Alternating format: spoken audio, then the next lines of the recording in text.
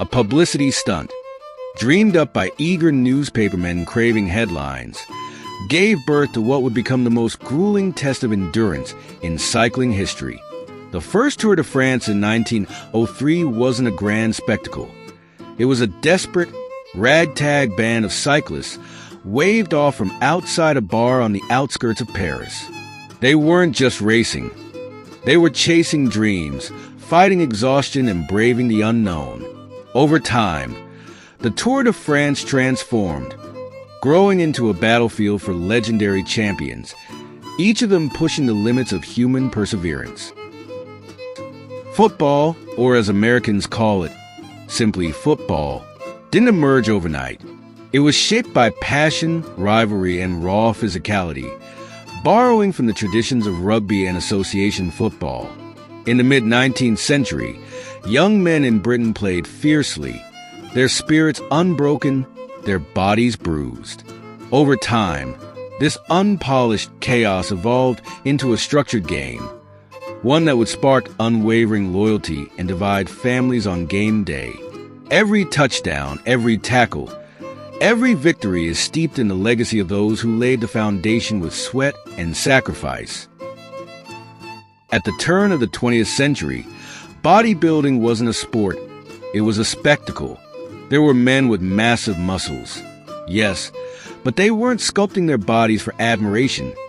They were strongmen entertainers, gladiators of the modern age, lifting enormous boulders, performing incredible feats of strength, earning gas from audiences. This was their calling. It wasn't about aesthetics or posing under bright lights. It was about proving, time and again, that the human body was capable of almost superhuman feats. June 22nd, 1986. A scorching afternoon in front of 115,000 electrified fans. Argentina versus England. But this wasn't just football. It was revenge, pride, history, and destiny colliding. Just 4 years earlier, their nations had been at war in the Falklands. The weight of that conflict loomed over the pitch. Then came Maradona, delivering not one, but two moments that would forever be etched in the soul of football. The hand of God, a goal steeped in controversy, defiance, and sheer cunning. And then, the goal of the century, a breathtaking display of artistry, speed, and genius. Argentina won 2-1, but the match became more than a scoreline. It was an act of defiance, a poetic reckoning, and for Argentina, a moment of national catharsis. The 1958 World Cup belonged to a boy who would soon be crowned a king. Pelé was just 17 when he stepped onto the world's biggest stage, a boy among men.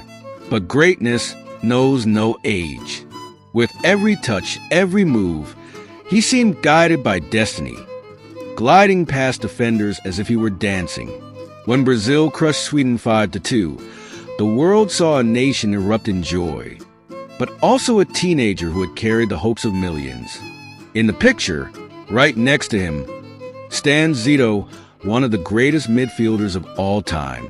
Together, they formed a partnership that would shape football history forever. At the dawn of the 20th century, opium wasn't just an illicit drug. It was a way of life for many, a slow descent into oblivion that governments desperately sought to suppress.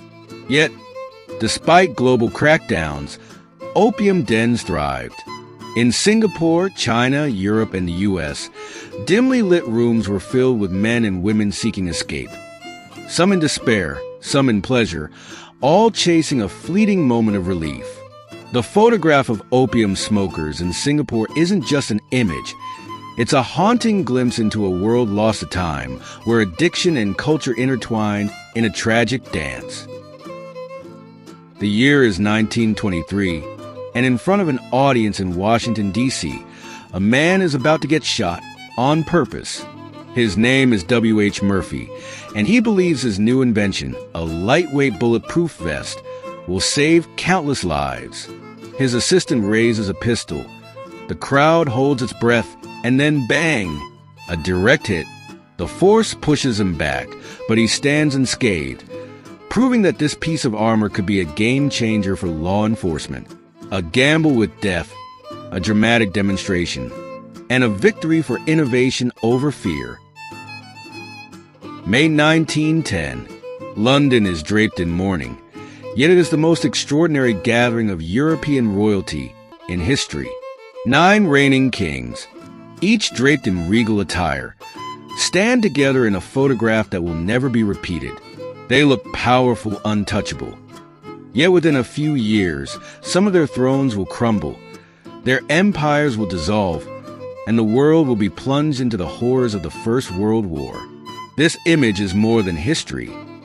It's a moment frozen before the storm, a symbol of an era about to collapse. During World War II, soldiers didn't just fight against enemy forces. They battled an invisible, insidious killer, malaria. In Papua New Guinea, the 363rd Station Hospital put up a sign, a grim but effective warning. The message was clear: take Atabrine or risk death. The skulls on the sign weren't just symbols. They were reminders of those who had already succumbed. It was fear turned into persuasion, survival turned into a choice. In ancient Egypt, the dead were protected by layers of history, myth, and superstition.